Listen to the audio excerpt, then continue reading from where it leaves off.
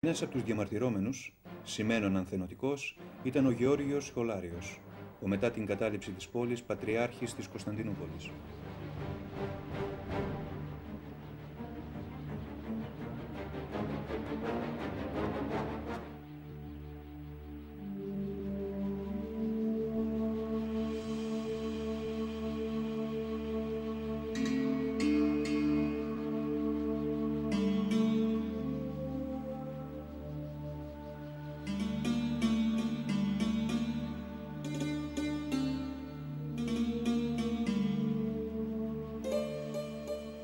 Μετά από όλα αυτά δεν μπορούμε να μιλάμε για Βυζαντινή Αυτοκρατορία, αλλά για μια πόλη κράτος 50.000 κατοίκων, που ο ηρωικός Κωνσταντίνος Παλαιολόγος με τους 7.000 πολεμιστές προσπάθησε να διασώσει. Δεν ξέρω αν πρέπει να μας λυπεί η κατάληψη της πόλης το 1453 ή όλα εκείνα τα θλιβερά που προηγήθηκαν τους 4 προηγούμενους αιώνες.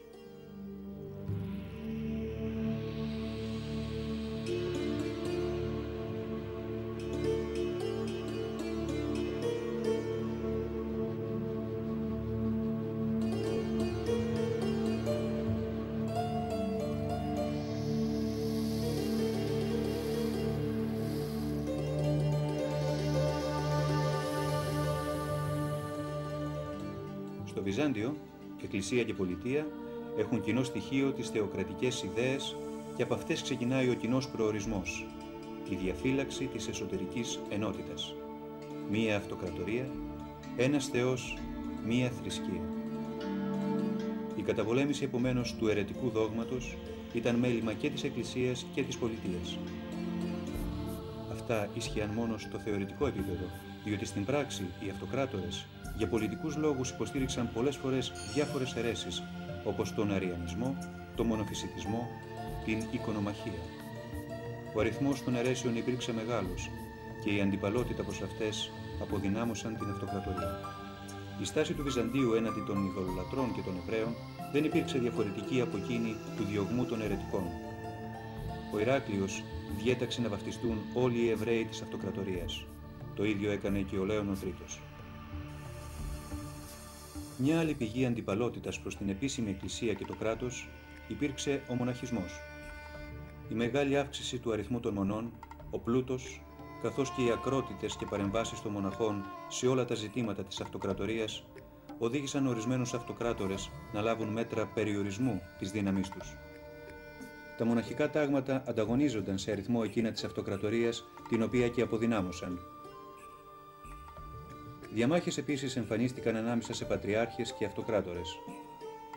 Ο πατριάρχης Αρσένιος, που είχε εκλεγεί από λαϊκός στον πατριαρχικό θρόνο από τον αυτοκράτορα Θεόδωρο Λάσκαρη, αφόρησε αργότερα τον αυτοκράτορα Μιχαήλ Παλαιολόγο.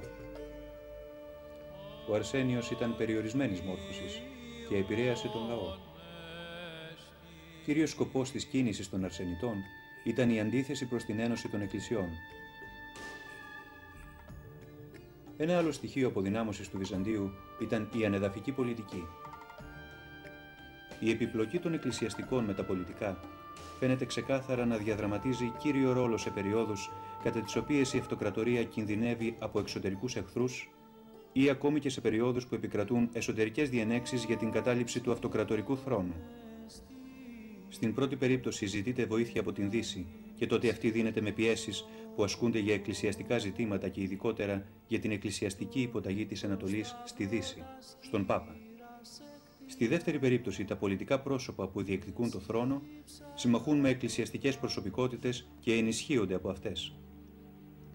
Η φθορά που υφίστατο το κράτος από αυτού του είδους τις εμπλοκές υπήρξε ιδιαίτερα μεγάλη και αναμφίβολα συνέβαλε στην αποδυνάμωσή του και στην τελική πτώση του.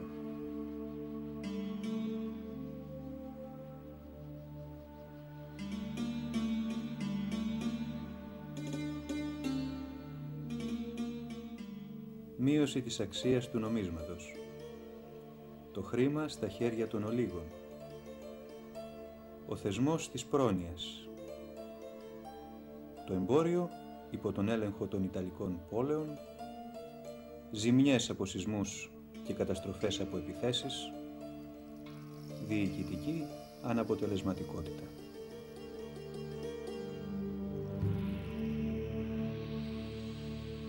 Η οικονομική πολιτική του Βυζαντίου, στηριγμένη στα μονοπόλια, ήταν φυσικό να προσαρμόζεται πάντοτε ανάλογα με τις ανάγκες εξυπηρέτησής τους. Αυτό σήμαινε έναν συνεχή παρεμβατισμό του κράτους.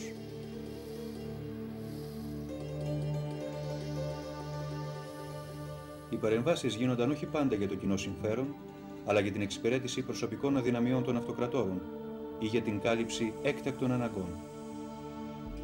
Για παράδειγμα, αυξάνονταν οι φόροι επειδή οι γείτονες του Βυζαντίου απειλούσαν την εδαφική ακεραιότητα του κράτους. Αυτό είχε σοβαρές επιπτώσεις στην οικονομία.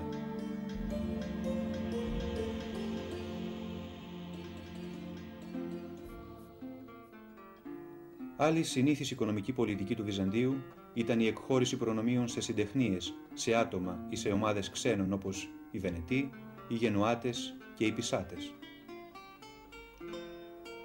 Η εκχώρηση ναυτιλιακών προνομίων στους παραπάνω, με τις βαριές υποχρεώσεις του κράτους, δημιούργησε δεσμούς, μείωνε το κύρος του κράτους και περιόριζε τα έσοδα. Η τακτική του συμβιβασμού οδήγησε στην οικονομική καταστροφή.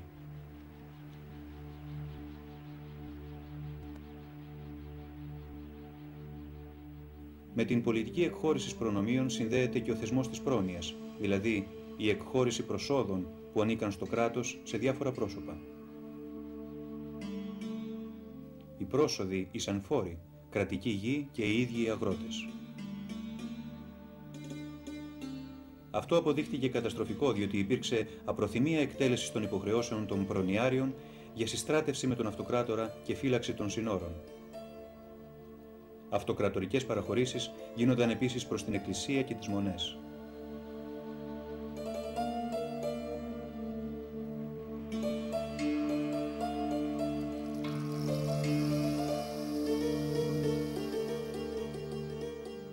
Ηθική κατάπτωση, πολιτιστική παρακμή.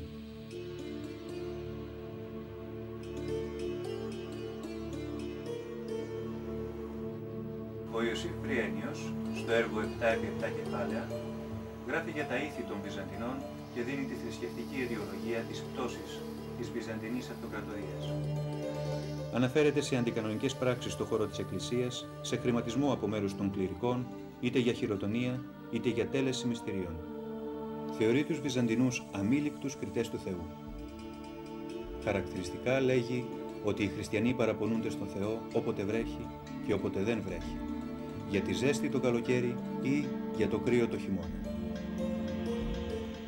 Είτε δούμε το Βυζάντιο από τη θρησκευτική οπτική γωνία, είτε στο πλαίσιο της ιστορίας του ελληνικού πνεύματος από την αρχαιότητα, οι αιώνες από τον 11ο έως τον 15ο είναι εποχή με σοβαρές διακυμάνσεις που οδηγούν στην παρακμή.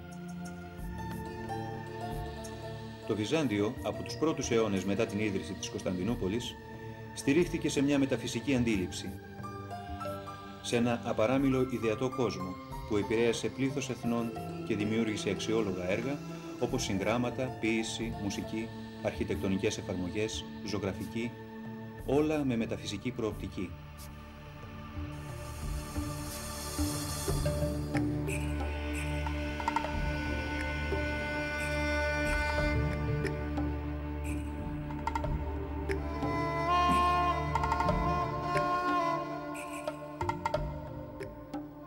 Για παράδειγμα, ο χριστιανικός ναός συμβολίζει το σύμπαν, ο θόλος με τον Παντοκράτορα τον ουρανό, το δάπεδο τη γη, η κόγχη του ιερού τη γέφυρα γης και ουρανού. Στην καθημερινή ζωή όμως, το πνεύμα αυτό οδήγησε σε παρεκτροπές. Η δυνατότητα του Θείου υπερεκτιμήθηκε και αναζητήθηκε το θαύμα σε κάθε έκφανση της ζωής. Το ιερατείο αναδείχθηκε σε δύναμη πολιτική και κύριο μοχλό της διοίκησης παράλληλα με τους κρατικούς λειτουργούς. Οι κοσμικοί ασχολούνταν με τα εκκλησιαστικά και οι εκκλησιαστικοί με τα πολιτικά. Άτομα αφορίζονταν, αποστέλνονταν σε εξορίες, βασανίζονταν ή και φωνεύονταν. Οι μονές μπορούσαν να συσσωρεύουν πλούτο, ενώ τα ταμεία του κράτους ήταν άδεια. Από την παιδεία του Βυζαντίου αρχικά αποκλειόταν η εθνική, η κλασική παιδεία. Η στάση του Βυζαντίου προς τον αρχαίο ελληνικό πολιτισμό δεν υπήρξε σταθερή και ενιαία. Ενώ καλλιεργήθηκε η ελληνική γλώσσα και χρησιμοποιήθηκε η αρχαία ελληνική γραμματεία για την ανάπτυξη του πνεύματος, συνυπήρχε πάντοτε έντονη αποστροφή προς τη φιλοσοφία και πολλές φορές και προς την επιστήμη. Η φιλοσοφία όμως, που αρχικά θεωρήθηκε μορία, χρησιμοποιήθηκε κατάλληλα στη συνέχεια προκειμένου να διατυπωθούν θρησκευτικές απόψεις και να εδραιωθεί το δόγμα.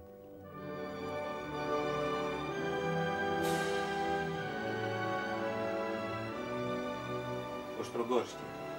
Ιστορία του Βυζαντινού κράτους. Το Βυζάντιο αλώθηκε το 1453.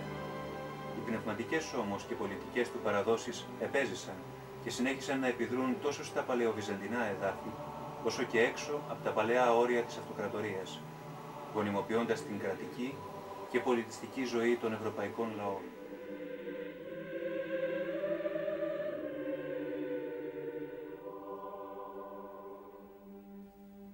Η ιστορία του νεότερου ελληνισμού δεν μπορεί να νοηθεί χωρίς αναδρομή στο Βυζάντιο. Αυτό ισχύει και για την ιστορία της Ιταλικής Χερσονήσου, των λαών της Βαλκανικής και της βορειοανατολικής Ευρώπης. Η πνευματική κληρονομιά του Βυζαντίου, η πίστη του, οι πολιτικές του ιδέες και η πνευματικότητά του επέζησαν διαμέσου των αιώνων και στη Ρωσική Αυτοκρατορία.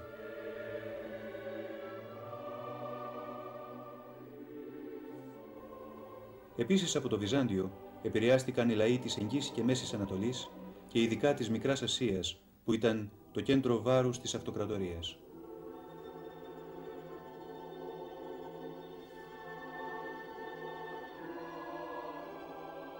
Ο Βυζαντινός άνθρωπος, αν και εντελώς διαφορετικός από τον Έλληνα πολίτη της αρχαιότητας, ήταν ελληνόφωνος, χριστιανός ορθόδοξος, κράμα πολλών φυλών και πολιτισμών.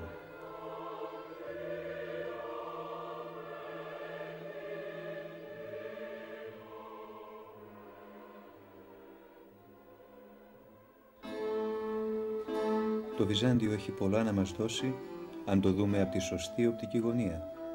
Είναι άξιο μελέτης και ανάλυσης, διότι διατηρείται ακόμα μέσα μας ως ζωντανή παράδοση. Όλοι έχουμε κληρονομήσει κάτι από το Βυζάντιο.